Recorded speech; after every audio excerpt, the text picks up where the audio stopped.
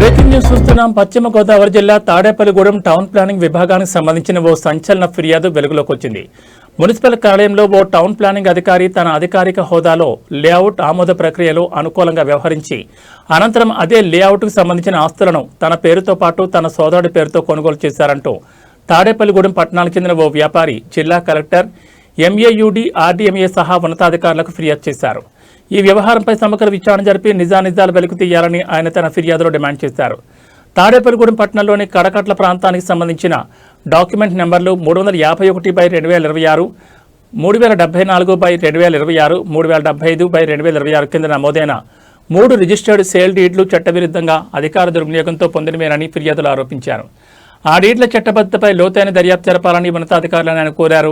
ప్రభుత్వ ఉద్యోగిగా ఉన్న సదరు టౌన్ ప్లానింగ్ అధికారి సంబంధిత శాఖ నుంచి ముందస్తు అనుమతి లేకుండానే ఆస్తులు కొనుగోలు చేశారని, ఇది ఆంధ్రప్రదేశ్ CCS నిబంధనలకు విరుద్ధమని ఫిర్యాదులో పేర్కొంటూ ఆయనపై శాఖాపరమైన విచారణ నిర్వహించాలని విజ్ఞప్తి చేశారు.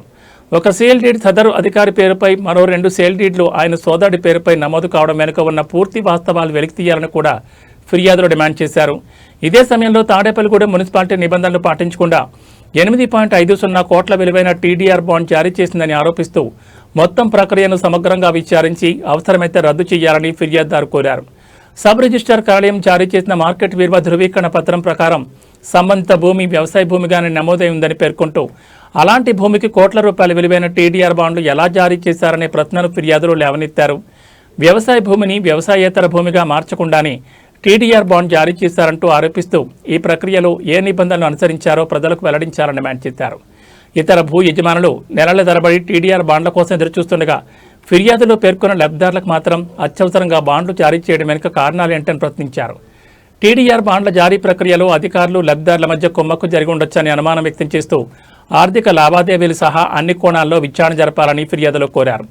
లేఅవుట్ నెంబర్ 36/2024 ఆమోదం అనంతరం జరిగిన ఆస్తుల కొనుగోలు, ఆ తర్వాత కోట్ల రూపాయల విలువైన TDR బాండ్ జారీ, ఈ పరిణామాలన్నింటి మధ్య ఏమైనా సంబంధం ఉందా అనే కోణంలో కూడా దర్యాప్తు జరపాలని ఫిర్యాదులో పేర్కొన్నారు. రిజిస్టర్డ్ సేల్ డీడ్లు, వెబ్ ల్యాండ్ రికార్డులు, మార్కెట్ విలువ ధృవీకరణ పత్రాలు సహా పలు పత్రాలను ఫిర్యాదుకు జత చేసినట్లు పేర్కొంటూ వాటిని పరిశీలించి వాస్తవాలు నిర్ధారించాలని ఉన్నతాధికారులను కోరారు. మున్సిపల్ అధికారులు, సంబంధిత లబ్ధిదారులు, లేఅవుట్ హోల్డర్ల పాత్రపై నిష్పక్షపాత విచారణ జరిపి ఏమైనా అక్రమాలు లేదా నిబంధనలు ఉల్లంఘనలు జరిగినట్టు తేలితే శాఖాపరమైన చట్టపరమైన చర్యలు తీసుకోవాలని ఫిర్యాదు చేశారు. ఈ ఫిర్యాదు ప్రస్తుతం జిల్లా కలెక్టర్ ఎంఏయుడి ఆర్డీఎంఏతో పాటు సంబంధిత ఉన్నతాధికారుల పరిశీలనలో ఉన్నట్లు సమాచారం. అయితే ఈ ఆరోపణలపై అధికారిక విచారణలో ఎలాంటి నిజాలు వెలుగులోకి వస్తాయనేది ఆసక్తికరంగా మారింది. ఈ ఫిర్యాదు ప్రతితో పాటు అందులో ప్రస్తావించిన ఆరోపణలకు సంబంధించిన పలు పత్రాలు రచ్చ మీడియాకు అందాయి. ఈ సంచలన వ్యవహారానికి సంబంధించిన పూర్తి ఆధారాలు, సంబంధిత అధికారుల వివరణలు, పత్రాధారాలు, విచారణలో వెలుగులోకి వస్తున్న కీలక అంశాలతో కూడిన ప్రత్యేక ఎపిసోడ్ను త్వరలో రచ్చ మీడియా ప్రసారం చేయనుంది.